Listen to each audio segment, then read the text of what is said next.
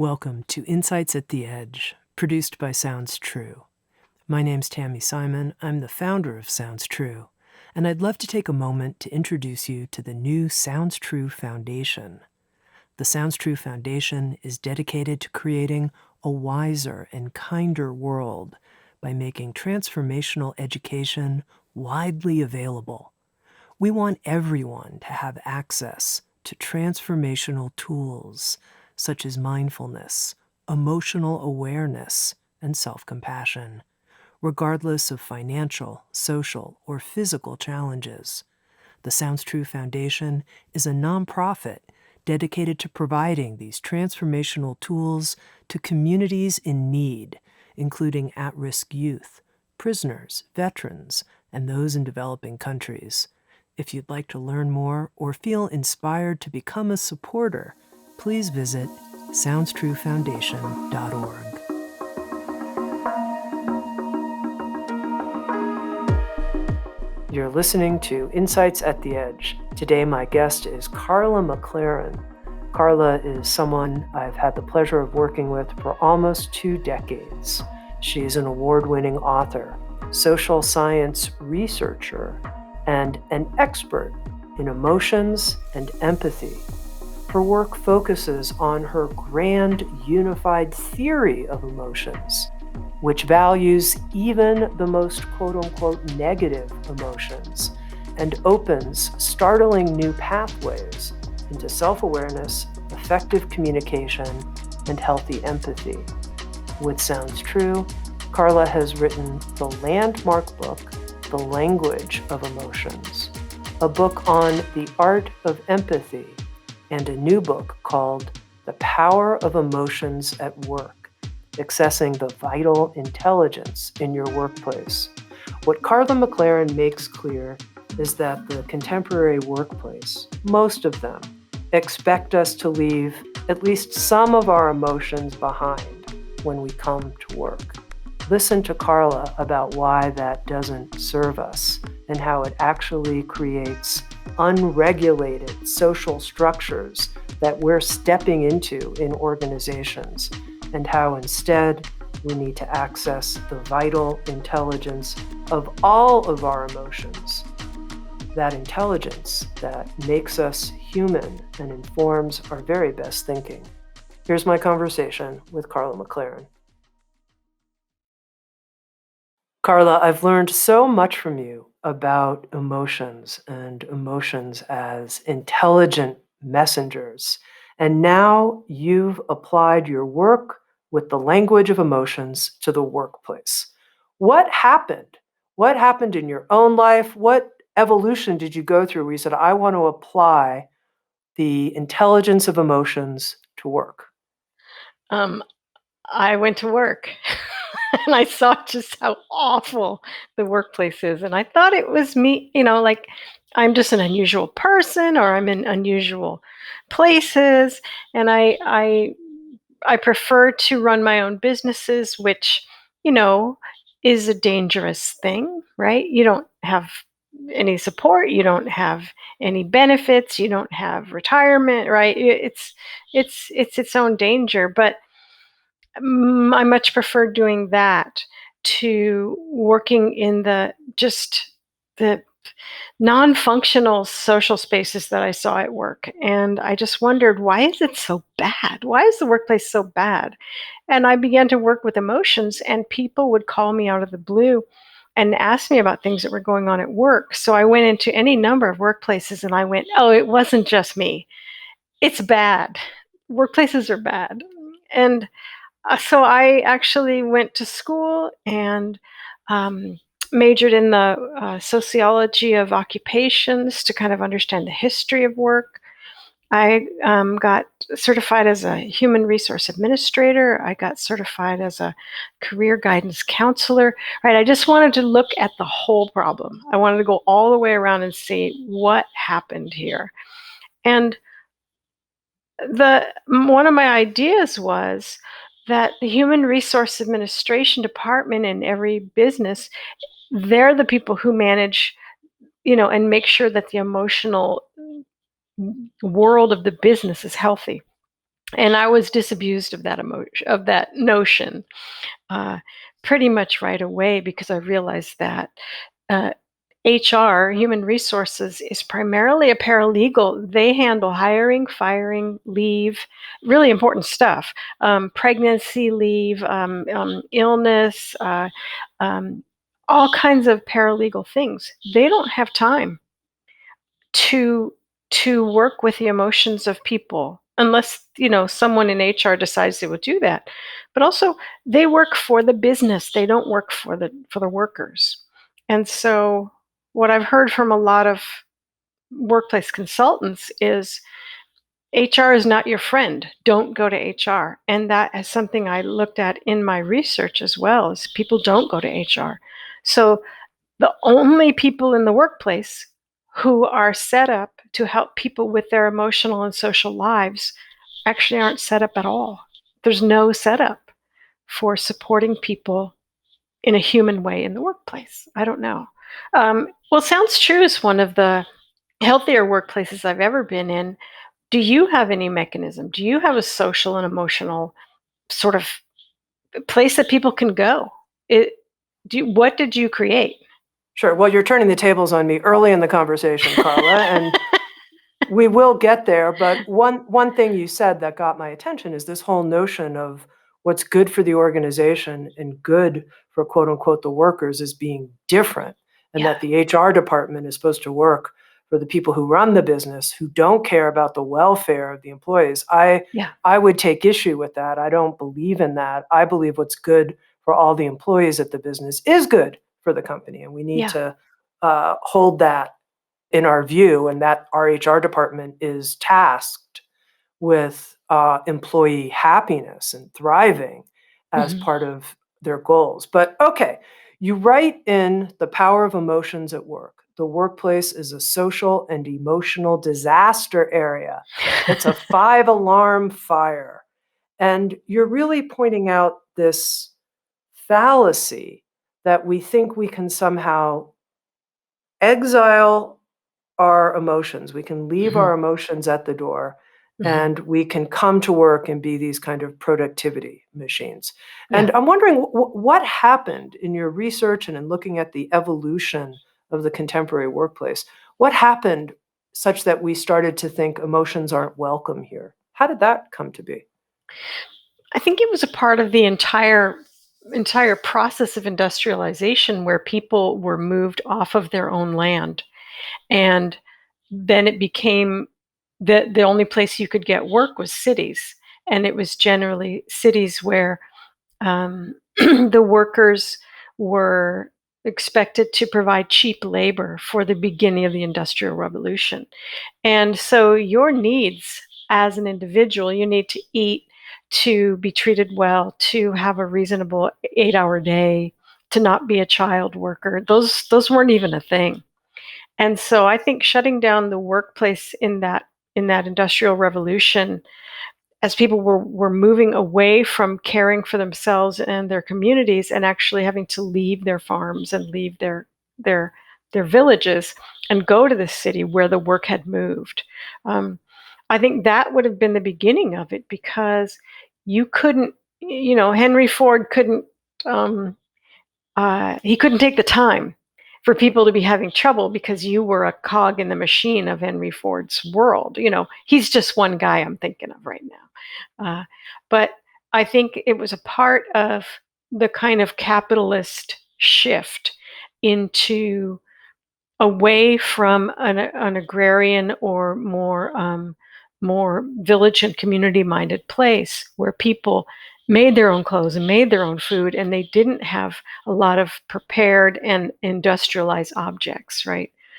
um, when that shifted, so did the need for emotions to shut up at work. Just shut up and get your work done. And that has stayed with us to this very day, where people will say, your emotions don't belong at work. And I'm thinking, what? They're here. Yeah, they're everywhere. What are you even talking about? Yeah. Well, interestingly, I think in most workplaces, some of your emotions belong. Like we want your enthusiasm, we want your Yeah, positivity, we want yeah, your excitement, we want your problem solving skills. What yeah. we don't want is this other set of emotions. We don't really have time for your sadness or grief. This isn't the place for that. No. There's a lot of things that work isn't the place for. But share with me your view of that notion. Like you can bring some of your emotions, the ones that, help us function well and make more Mhm. money, but these other ones that are really time consuming, go talk to a friend about that after work. Yeah. Well, I call that in the book a toxic positivity bias, which is where, and I call it a dangerously mistaken belief that the allegedly positive emotions, happiness, contentment, joy, enthusiasm, are the only emotions that should be felt or shared. Um, but what this bias does, and you would think, well, if it's all just happiness, then everyone's going to be happy. It's very good, but it ends up causing extensive suffering as people suppress all their forbidden emotions, most of which are the problem solving emotions. And they lose their emotional awareness and skills, and they become unable to address serious problems because they can't access their emotions. And so much research shows this. In one study, 85% of workers did not communicate important workplace problems upward. They didn't. And these were things that were workplace problems that were going to impact productivity, they were going to impact, everything. And they refused and they asked them why. And they're like, well, why should I? No one's going to listen. They only want to hear the happy stuff, you know, or nothing will happen. Nobody's going to want to change. And what that tells me is the emotions of change, the emotions of awareness, and the emotions of problem solving have been mistakenly uh, pushed out the window. Well, help me understand which emotions relate to our problem solving abilities. Well, they all do. I saw a funny meme the other day that said you can have all emotions or none. Those are your choices, all or none. And someone's like, they couldn't decide because they didn't want the supposedly negative ones. Um, but the emotions of problem solving, anger would help you understand when there are boundaries being crossed and rules being broken. Shame would help you understand when your behavior or some process is breaking the boundaries of others and creating like a work slowdown. Fear is your instincts and your intuition. It would tell you if there's some change or novelty happening that requires your presence and your awareness. And anxiety is a beautiful emotion that helps you understand that there's tasks and deadlines coming up and you need to be prepared for them. Like all of the emotions are just these wonderful, brilliant, like a kaleidoscopic rainbow of awareness and capacity, and most of them are unwelcome. So you get the modern workplace. You get the modern workplace, a dysfunctional, um, psychologically unhealthy space for most people. Now, there's like 15 to I think 27% of workplaces people say that they're functional, but that leaves you know a lot of workplaces that aren't. So, just for a moment, let's describe a truly functional, healthy, emotionally wise workplace environment. What would it be like? Well, there's something that I've seen when I go into workplaces, which is that there's silos where marketing is separate from art, is separate from production, is separate from shipping, right? So there's silos. And if you're not careful, those silos become kingdoms that don't have anybody going across, right? Um, and in an emotionally well regulated workplace, we would realize we need this silo, but there is a danger to silos. And so we would listen for the anger and the sadness. We would listen for the jealousy and envy coming up. And if it was up, we would all be aware what those emotions did. And we would say, okay, there's a problem in the flow here. And our emotions are telling us something is wrong. So, what do we need to do as intelligent people who have emotions to listen to these emotions and support them and figure out what happens next because something's not working? And if we have a toxic positivity bias, everybody knows it's not working, but they literally don't have the language they need to speak of it. They can't because they can't access the emotions that help them identify problems. Now, you used an interesting phrase, an emotionally well-regulated workplace. What does that mean, well-regulated? It's a term I came up with as I was writing this book. No, I think I wrote about it in The Art of Empathy. It was somewhere, and I was looking at what are the features that exist in a place where your emotions are welcome and you are safe to have and feel and share emotions. What does that look like? And so I created a 9-part sort of list of what would it look like. For instance, mistakes and conflicts are addressed without avoidance, hostility, or blaming. I don't I don't know many workplaces where that happens, right? Um, and you and your emotions and sensitivities are noticed and respected. Nobody tells you to cowboy up, stop crying, or whatever. Get over yourself. Uh, that people have a space for you to be an emotional human being. Okay, those are a couple examples. I know one thing that you Mhm. teach in The Power of Emotions at Work is something that you call conscious complaining. And here you are, you're talking about people who have an issue, there's something wrong. And, I've heard it said if you're going to complain, that's okay, but bring a solution with you. Don't just complain. And I wonder what you think about that and what makes conscious complaining different than just, complaining. Which, if people come to me all the Yeah, time and are complaining, I have to say I'm not sure how emotionally well regulated I think I'll be. I'll just be receiving all these complaints. So yeah, what's conscious complaining? yeah. Most of us have experienced unconscious complaining where people just come and they just lay it out and they just load us up with their I don't know, unprocessed complaints. Conscious complaining is a different process than this because it uses some of the functions of ritual. One, you set your intention. Two, there's a beginning, middle, and end. Three, you are aware what you're doing, right? You bring awareness to a process. You bring consciousness to it. And what I find with conscious complaining as an individual is that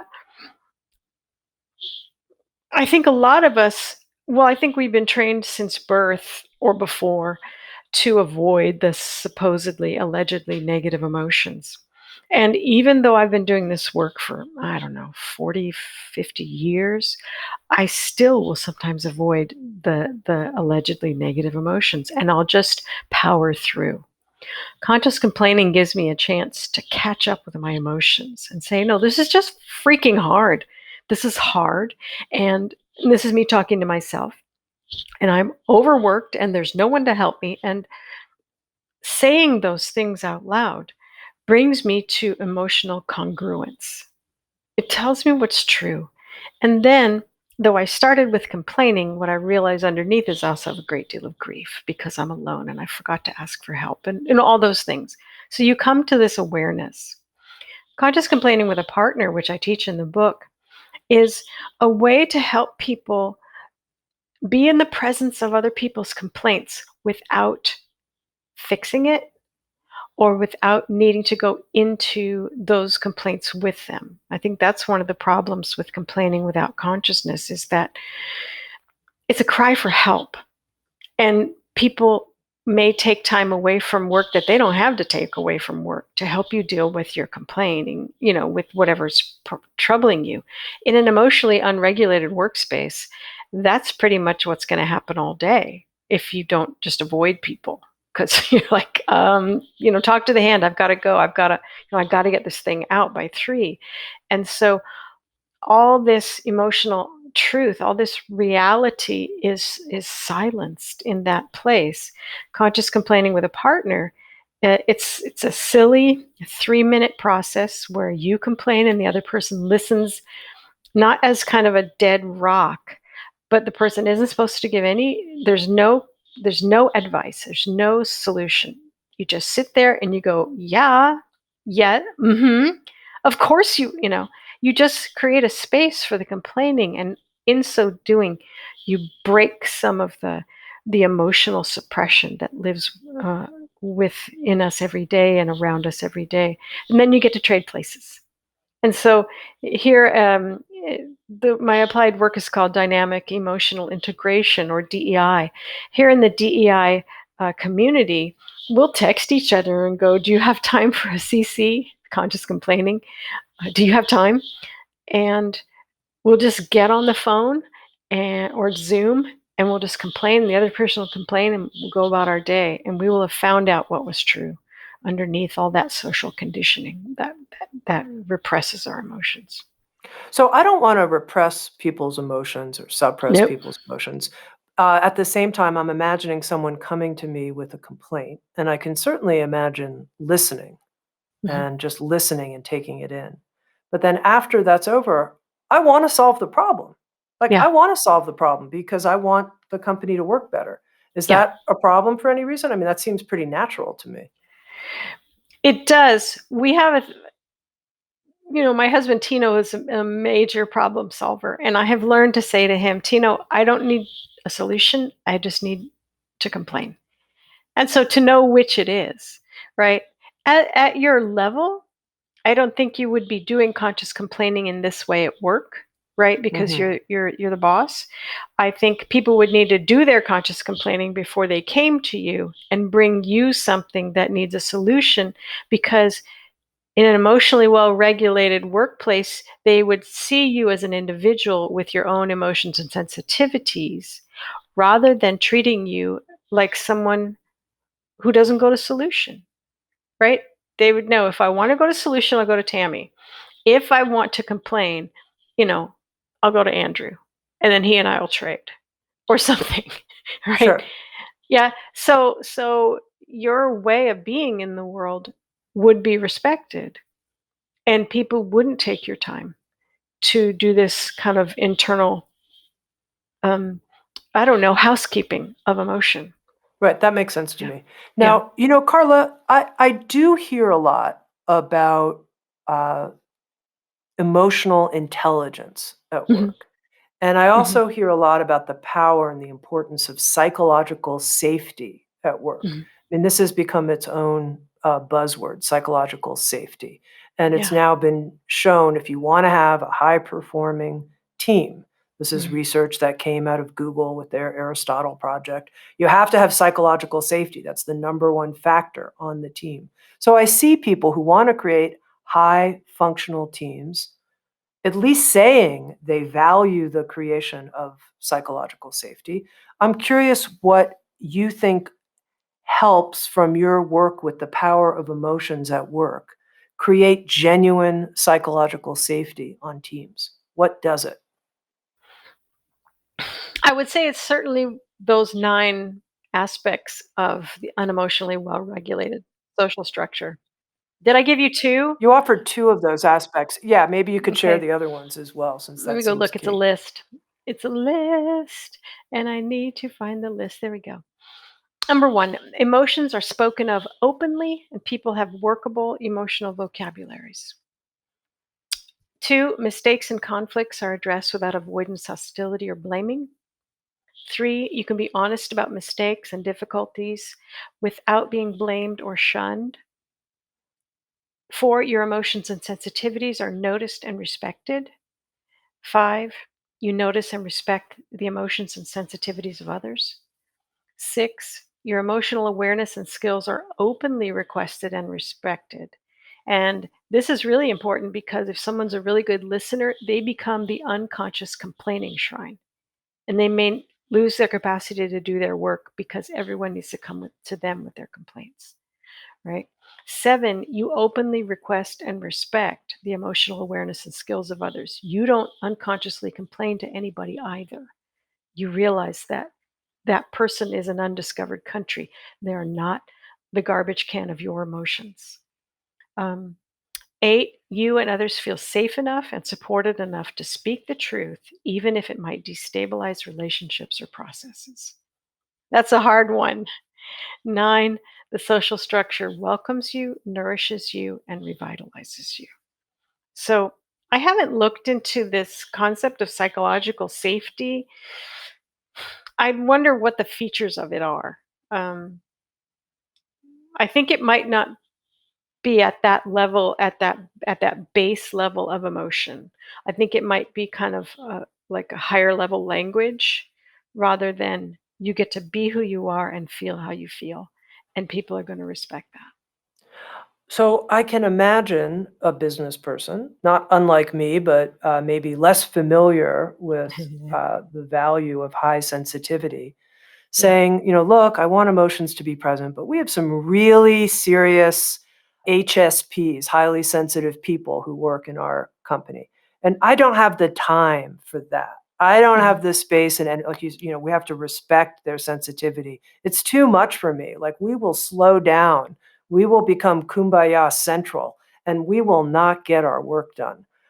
So can we find like some middle ground here? Like, yeah, some of your like some level of emotions are welcome, but I can't go into that deep space with you. That's not what the workplace is for. What would yeah. you say to that? Well, one of the things I notice about the highly sensitive person, empath, whatever nonsense, is that these are generally people with not very good emotional skills and not very good boundaries. One of the reasons they're sensitive is that they don't have good boundaries. And so we can understand that they would, from the DEI perspective, that they need to begin to learn how to work with anger. They need to begin to learn how to work with thresholds and boundaries, and how to um, organize their sensitivities. So making everything into like a soft pillow strewn place, I don't think is going to be emotionally respectful for the people who don't need that. So, in an emotionally well regulated structure, these people without boundaries would understand who and what they are. And the people who, right, because though it's not good for them, people without boundaries do a great deal of emotion work and emotional labor and empathy work within a social structure. I don't want them to, but they do. Um, if everybody understands emotions, if everybody understands the rules of the guidelines of an emotionally well regulated social structure, then that's not going to be a problem anymore, because these uh, boundary impaired people are no longer going to be expected to do the emotion work of other bodies. They will be respected and able to function without so much. What would you call it? So much burden, so much emotional burden placed on them. What if they're taking that burden on? That's what they like to do. That's what they like to do. That's what they like to do. And that's a part of creating an emotionally well-regulated social structure, is to know that in a poorly regulated structure, people like that are going to have to arise. I call them keystones. A keystone is a stone. When you build an arch, you start from the bottom of either side and you come up and you arch at the top. And there's a stone at the very top in the middle of the two arches coming together, and it's called a keystone. And the keystone is put on last, and it is what makes the structure strong. In an emotionally unregulated workplace, the keystones hold up the building, they hold up the social structure. And it's tiring, and it's not something people should have to do. But when emotions are not allowed, this kind of work is essential. It's you can't not have them. And so entering into an agreement as a social group to get everybody's feet on the ground and everybody's emotional awareness raised up means that those keystones are going to stop being stones in a structure, and they are going to start being functional human beings again, who are respected rather than relied upon because the structure doesn't work without them. Okay, so Yeah. you teach in the book about 4 different types of keystones: Mhm. ambassadors, connectors, peacemakers, and agitators. And I recognized all 4. I wonder if you could just give a couple sentences about each of them, just as a way of introducing it. And then I have a follow-up question for you. But what is an ambassador? What's their role? Um, think of someone who welcomes everybody. Oh, welcome to to the Grand Hotel. Welcome.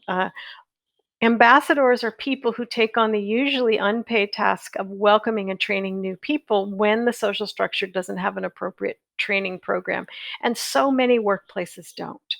They especially don't have an appropriate training program about what are the rules of the existing social structure because nobody knows.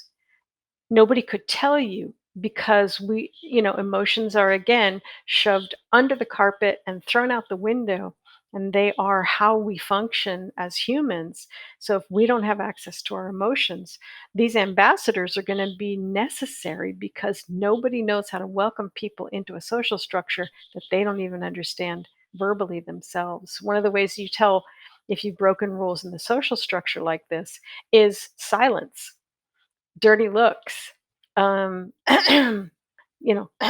throat clearing, because people don't know how to say, we don't we don't speak that way to this person before 9 a.m. in the morning because coffee, right? We know in our bodies, but we don't know because everything again is in the area of the unconscious. So ambassadors will have to arise in that kind of a place. Okay, next we have connectors. Connectors, when I talked about things siloing, like marketing being siloed away from the art department or something along those lines, if they're if the social structure is unregulated, they are going to get turfy, and they will stop being able to understand each other. So marketing needs something tomorrow, and the art department is usually used to taking 6 weeks, right? There's going to be a tremendous conflict. A connector is someone who's going to be able to go from the art department to marketing and back, right? Okay, and Yeah. my understanding, and see if I have this correctly, is that these keystones, these roles would not be necessary. People would Mhm. not come in and animate these roles Yeah. if the social structure was, quote, regulated, unquote. Mhm. There might be people who are kind of connecty because that's just how they are, or Yeah, kind that's of who they are. welcoming, but you wouldn't be like, oh, this person is the connector at our company because it would Yeah. be built into the organization in some way. Yes, and it wouldn't be that if that person was gone that day, you're screwed, right? Because the silos are so rigid that you cannot get stuff done if she's out that day or he's out that day. So that's when you see also in hierarchies. Hierarchies are very rigid structures where you've got the board and the boss and the managers and the workers, and they're very separate entities, right? So a connector will probably be able to go across that artificial fragmentation and be able to talk to a number of people. Assistants of the more powerful people tend to be connectors, um, because they have to Okay. be. And Yeah. then you have peacemakers and agitators.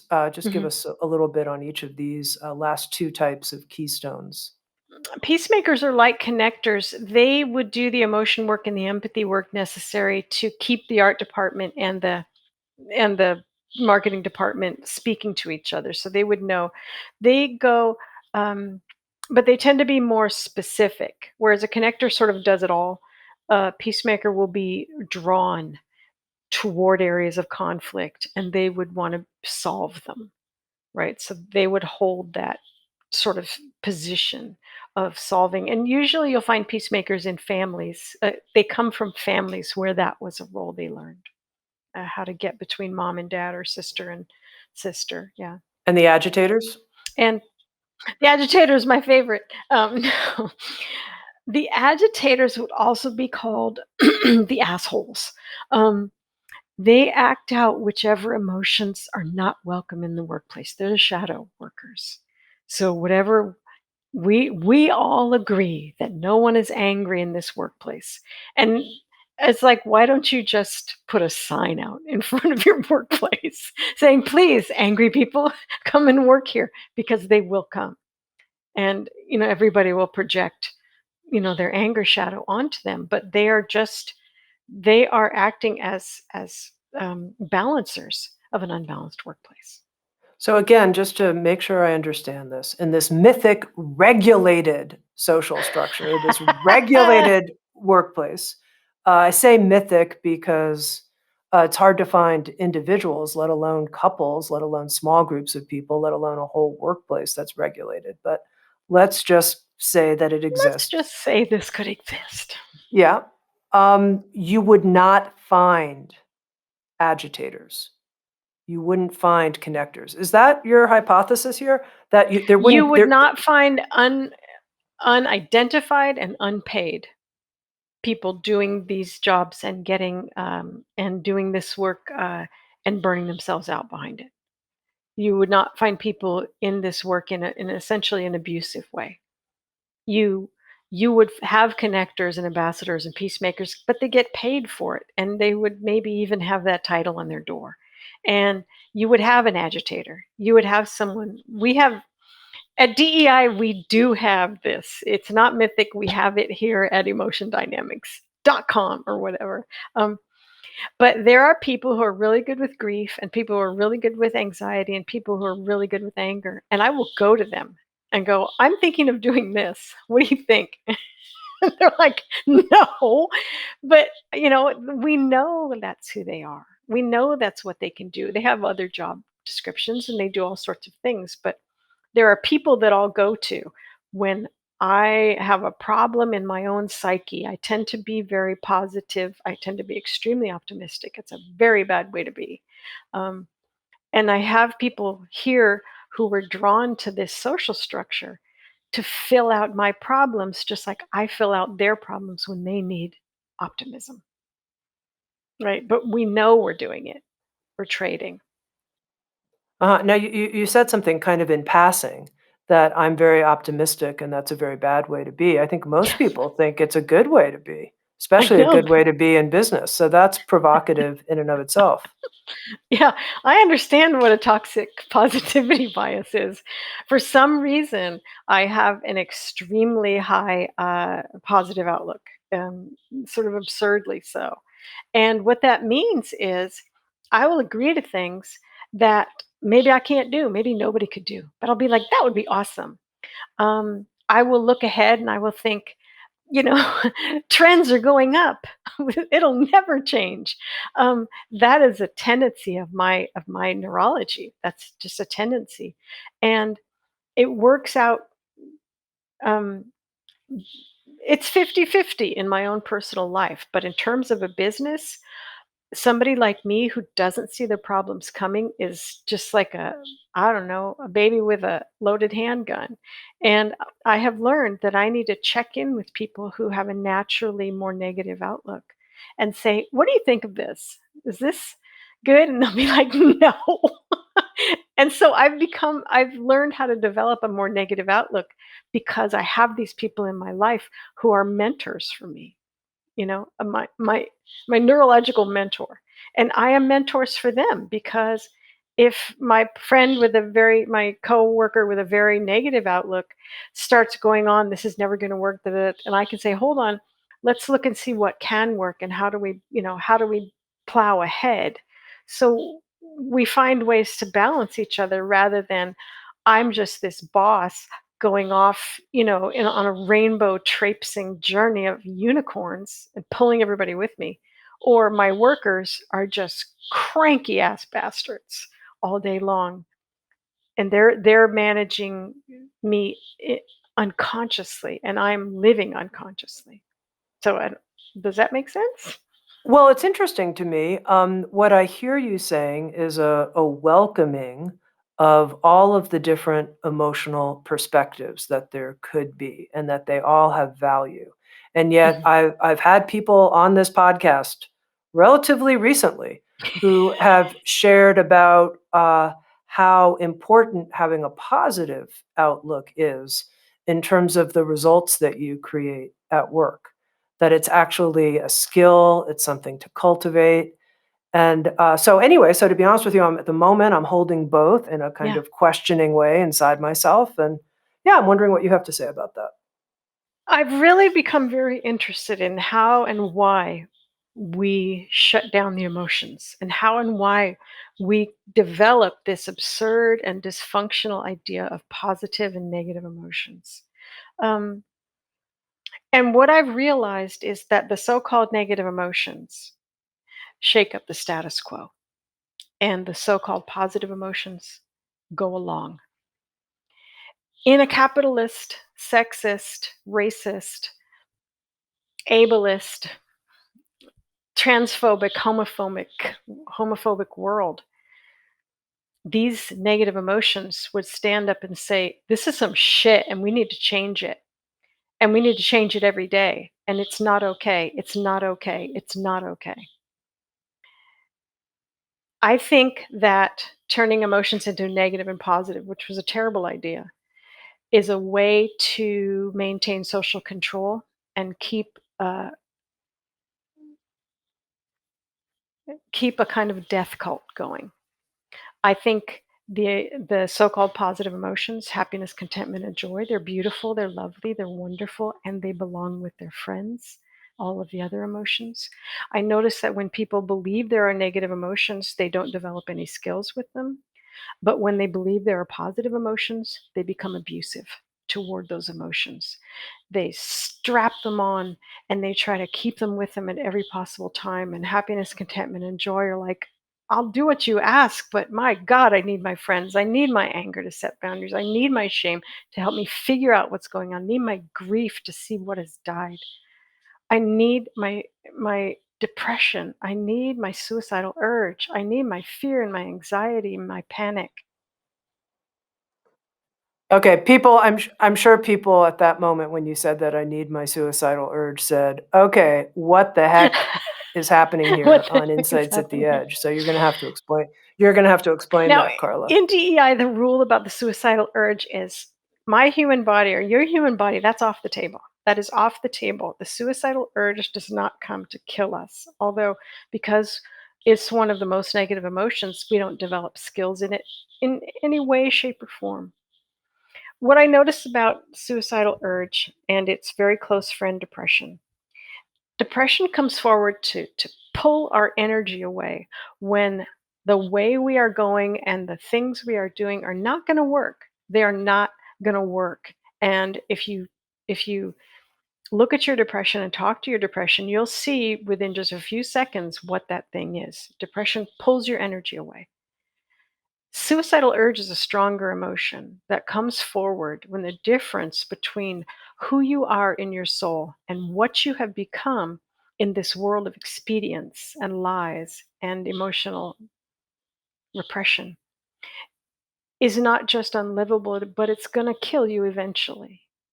And so I've learned throughout my life to trust the suicidal urge completely and also to understand how to identify it when it is in a very soft and subtle place so that I can work with it then. When I experienced early childhood assault for a number of years, this is not good. And often people will develop a depressive disorder, which I did. My first suicidal urge came upon me when I was 10 years old, and I grew up with suicide. So it's a path I have walked with my friend's suicide. And when the suicidal urge comes up now in its soft place, it's what I call the dead flat no. No, I refuse. There's a power behind that no. It can't be moved. That is where I come to with the suicidal urge. But when it's more intense and there's that death urge, what we've learned to do with it in DEI is turn it to away from our bodies, away from our life, and turn it toward what it is. And if you ask your suicidal urge, what needs to die? It's not me. suicidal urge, what needs to die. It will point it out. This poverty, this loneliness, this shitty family, this racism, this, right? It is one of the most life affirming emotions there is. But if you believe in positive and negative emotions, which is a terrible idea, then you will miss some of the most beautiful emotions in the entire emotional realm. And you'll just be over with the ones that think everything's okay. Okay, let's talk a little bit more about the power of emotions in the workplace, and specifically this notion that you have that positivity isn't necessarily better than sort of a critical assessment of how everything could go wrong. I'll say one thing, Karla. If I had to work on a team with people, you could say, would you like to work with this angry, depressed, negative person? Or you could work with this positive, well resourced, optimistic, can do person. Who do you want to work with, Tami? It's not a hard question for me to answer. I want to work with the person who sees the possibilities in the situation. I mean, that's what's going to lift me up. That's what's going to help me. So I'm challenging you on this because I want to welcome the full range of people's emotions. At the same time, I love working with people who see possibilities and are positive. I Well, I love think it. everybody does. And I think there's an attribution error there that's happening, that a person who is feeling the emotions of anger or depression or rage must therefore be acting them out and taking their whole psyche and putting them into the house of anger and rage and depression. And then that way, that person could not be optimistic. And that is, again, that slicing of emotions into those two unnatural and untrue categories of positive and negative. I'm an extremely optimistic person and I work harder than most people could even imagine. And I have learned that when my panic comes up, uh, something's dangerous. Stop. I've learned that when that dead flat no comes up, that's the rule. Don't go any further. I know that when my anger comes up, something's going on. My fear, my anxiety, with any emotion, when my happiness, when my joy, when my contentment, to be fully resourced as an emotional person, as an emotionally well regulated person, is not to sit in one emotion, in the way that I do with my optimism, which is very toxic. Uh, to be just optimistic and not intelligently optimistic, meaning you see the problems, you see the issues, you call them out. You're just going to traipse forward into, silly land, and you're going to make something that people who are better with their other emotions are going to have to come fix for you, because you didn't consider all of the options, because you didn't have access to all of your emotions, which are not, they're aspects of your cognition and your genius.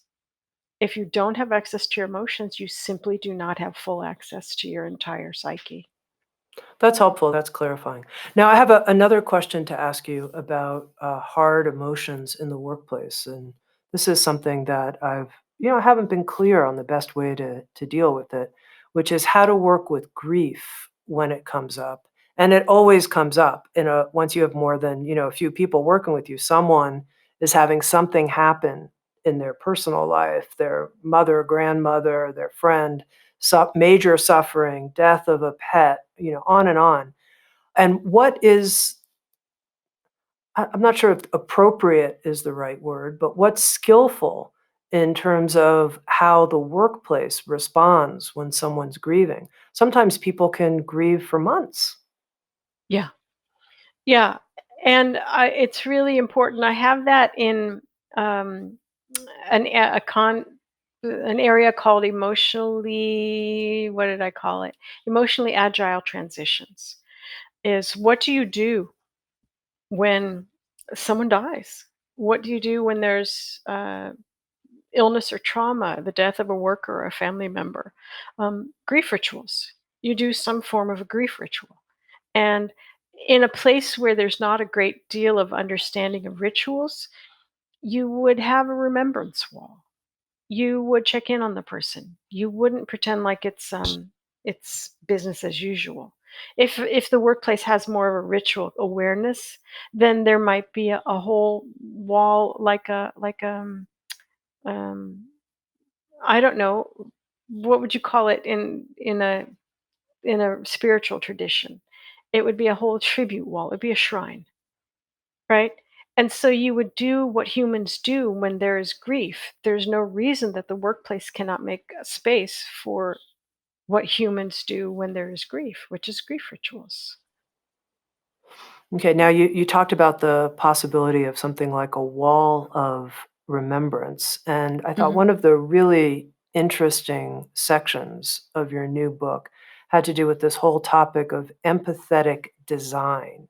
If we were to bring our care and our empathy to our physical environment at work, what would that ask of us in terms of our physical environment? How do we design with empathy in mind? I wonder if you could give us some of the most important things we need to look at in terms of physical workspaces.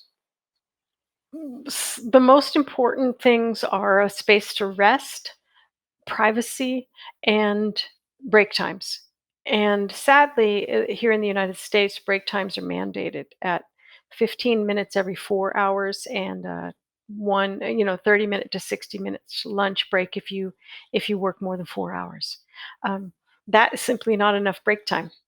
And you will find workers creating break times even though there's not a break time. So it's really important to understand whatever the mandate is in the US workplace, throw that out and help people find what their natural break time is.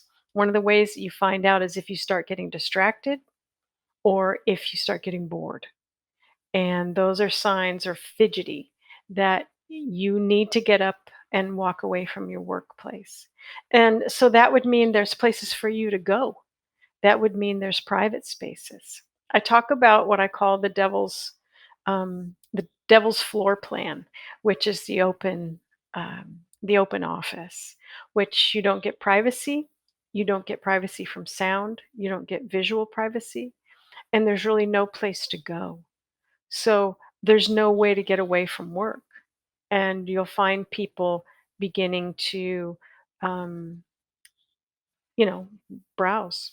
Find them browsing on the computers because it's the only way that they can get any kind of time to themselves. So privacy, rest, and break times are crucial for mental health and for cognition. How much break time do you think people need? Because you said 15 minutes every 4 hours. That's not enough. That's definitely not enough. Well, there's been a lot of studies that show that for most people, there's a sweet spot, and it can depend on how tired you are and what else is going on, but it's between 50 and 90 minutes that you can work straight through for that long. And then you've got to take a 5 or 10 minute get out and away. So if you're working and you're writing and you find yourself getting distracted, don't go on social media. Get up and get out and go and have an actual walk away from work. This is especially important for people doing high specificity work like art or building or manufacturing. They need to get away from that. If people go past that natural place, that's when mistakes happen. So if you want um, a more productive workplace, you've got to let people rest. It's crucial. It seems backward. You have this notion, you call it repair stations. I thought that was an Mhm. interesting, clever phrasing. What's a repair station at work? A repair station is from sociologist Irving Goffman's work. And basically, it's a backstage place where you can speak the truth. I think you've been to Esalen. And it's a big, or it used to be, because I don't know if Essalin's going to open back up, but it's a big, famous retreat center. And I'm always fascinated to go to retreat centers because of the stressors that are placed on the workers. People come there and it takes them a long time to get there, and they come there to have their peaceful time. But that peaceful time can sometimes mean that they act like jerks to the workers, right? If the workers don't do everything perfectly. So I gave a workshop there especially about the front desk workers. And I was like, it's a completely open, it was open on two sides, work where you come in and you check in.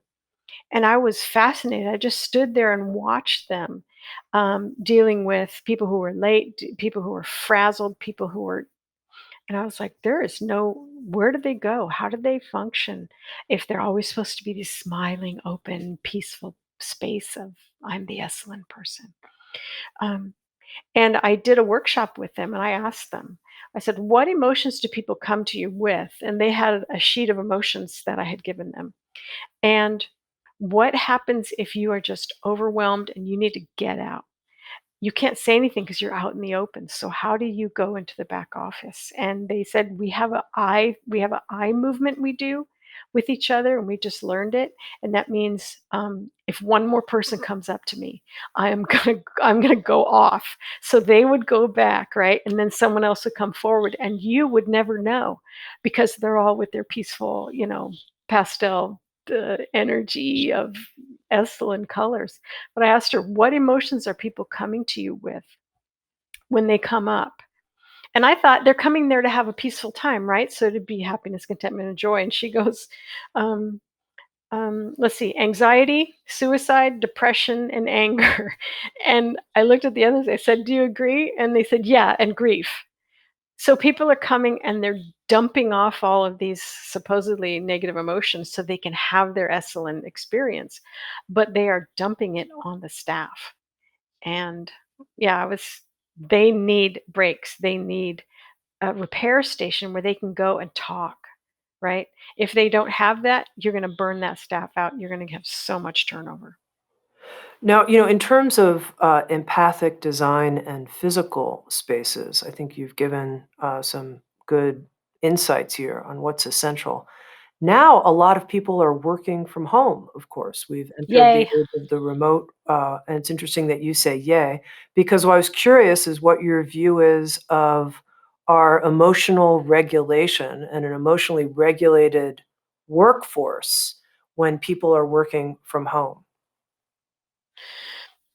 That is harder. Now, my workforce at Emotion Dynamics is there's only one person here in California with me. Everybody else who works for me is on Zoom.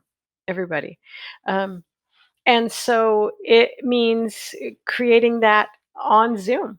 It means having time together. It's quite a bit of community building when people are separate from each other, and it's really helpful to have things like conscious complaining with a partner so people can stay together. I also have a practice called ethical empathic gossip, so that people can do the natural social bonding that they do when they gossip, but we add ethics and empathy to it. So it's not mean spirited, unethical gossip.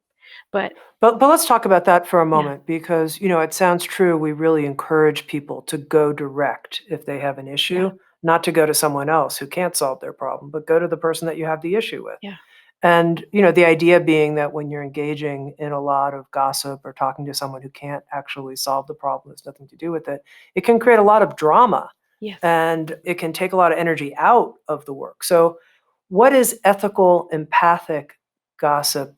How is it constructive gossip, not Well, draining gossip? gossip is understood anthropologically to be important in every culture, at every age, and all genders. That there will always be gossip. And what gossip is, it's informal communication that is not sanctioned. So the sanctioned communication in a workplace might be, the memo goes here and this happens and this is a text and this is when we're meeting and we take notes and we do Robert's Rules of Order. Um, the the unsanctioned communication is, did you know that Mary's dad just died? Right? There is no sanctioned way for Mary to say that within the structure of that workplace. If you don't know that unsanctioned informal information, you could make a terrible faux pas, or you could put a bunch of work onto Mary that she literally cannot do. Right? So that is what gossip does. It gives us informal communication. In an emotionally unregulated social structure, gossip is ugly. It tends to be unempathic. It tends to be jockeying for position. It tends to be, we've all been gossiped about in that way, in an unempathic and unethical way. But that doesn't change the need for gossip and informal communication.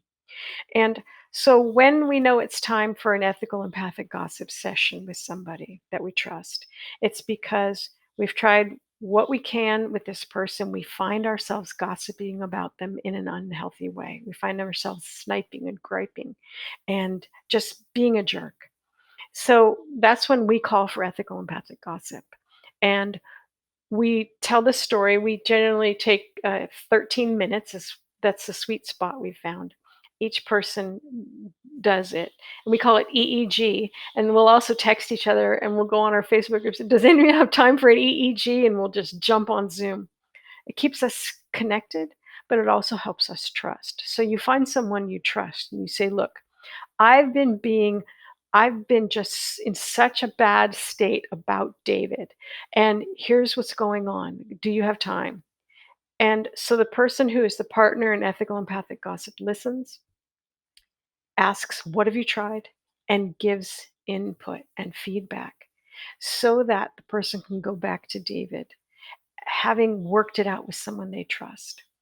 If I am riled up with David, and I don't do this ethical empathic gossip first and get somebody's opinions and input that I require. Because remember, we're a social species. We regulate each other emotionally. Other people are crucial to our emotional functioning. And if I go there and I am still riled up and I'm still like anti David, and I go and try to talk to him, I'm probably just going to tear into him. I'm just probably going to be like, well, David, here's what's going on. You do your thing and we'll just agree to disagree. Like, you won't have any skills. So it's so crucial to be able to go to that third party, figure it out. As long as they agree and they get to do theirs with you, or they owe it to you at a later time, or you owe it to them. And then you can go to David and try a different way. Usually, my empathic gossip partners are people who know the party that I'm having trouble with. And Sure. What's the ethical part, Karla? What's the ethical it's guideline? ethical because the rule is I must go back and work with David in a new way. Uh-huh. Okay. It's not just gossip, it's action focused. Um, and it helps me develop a stronger relationship with my partner, but also with David. Because now it's a triangulation that's not toxic. I don't know. I grew up in a big family and they did toxic, unethical, unempathic, triangulated gossip all the time. So I built this for them.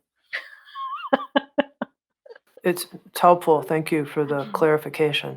Now, we've been talking a lot about unregulated social structures at Mhm. work, what most of us have walked into, and the idea that we could possibly take all of this knowledge and acceptance and intelligence of our emotions and start to create regulated social structures. My question to you is, what's the role of just regulated human beings? I think it's great in that your work, you're focusing on the social structures. Like, don't just put it all on the person Mhm. to have their mindfulness practice and their dance class before work. And it's not all on the person because they're stepping into these truly dysfunctional emotional environments. I get that. Yeah. But now let's just for a moment talk about what responsibility does a person have as they enter the environment for their own self-regulation, in your view? To have a functional emotional vocabulary, to understand the importance of emotions, to understand how crucial I guess to your point, how crucial my capacity to function and be grounded and present and engaged and empathic is to the health of everyone, right? So if I'm not together, and it's time for me to go do a presentation or a meeting in the DEI community, I will tell them I did not sleep last night. And so, I'll be honest and say I'm not at my best right now. And if somebody asks a question and you see me, struggling, would you please step in? Right? So I know myself well enough to know where my holes are in my psyche.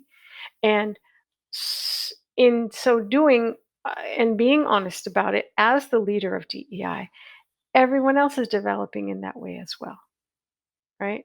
So, as a leader in an emotionally well-regulated social structure, you really have to take a equal and egalitarian position as a human being, and then show the beautiful parts of it and show the crappy parts of it, so that it's okay to not always be at your best. Mhm.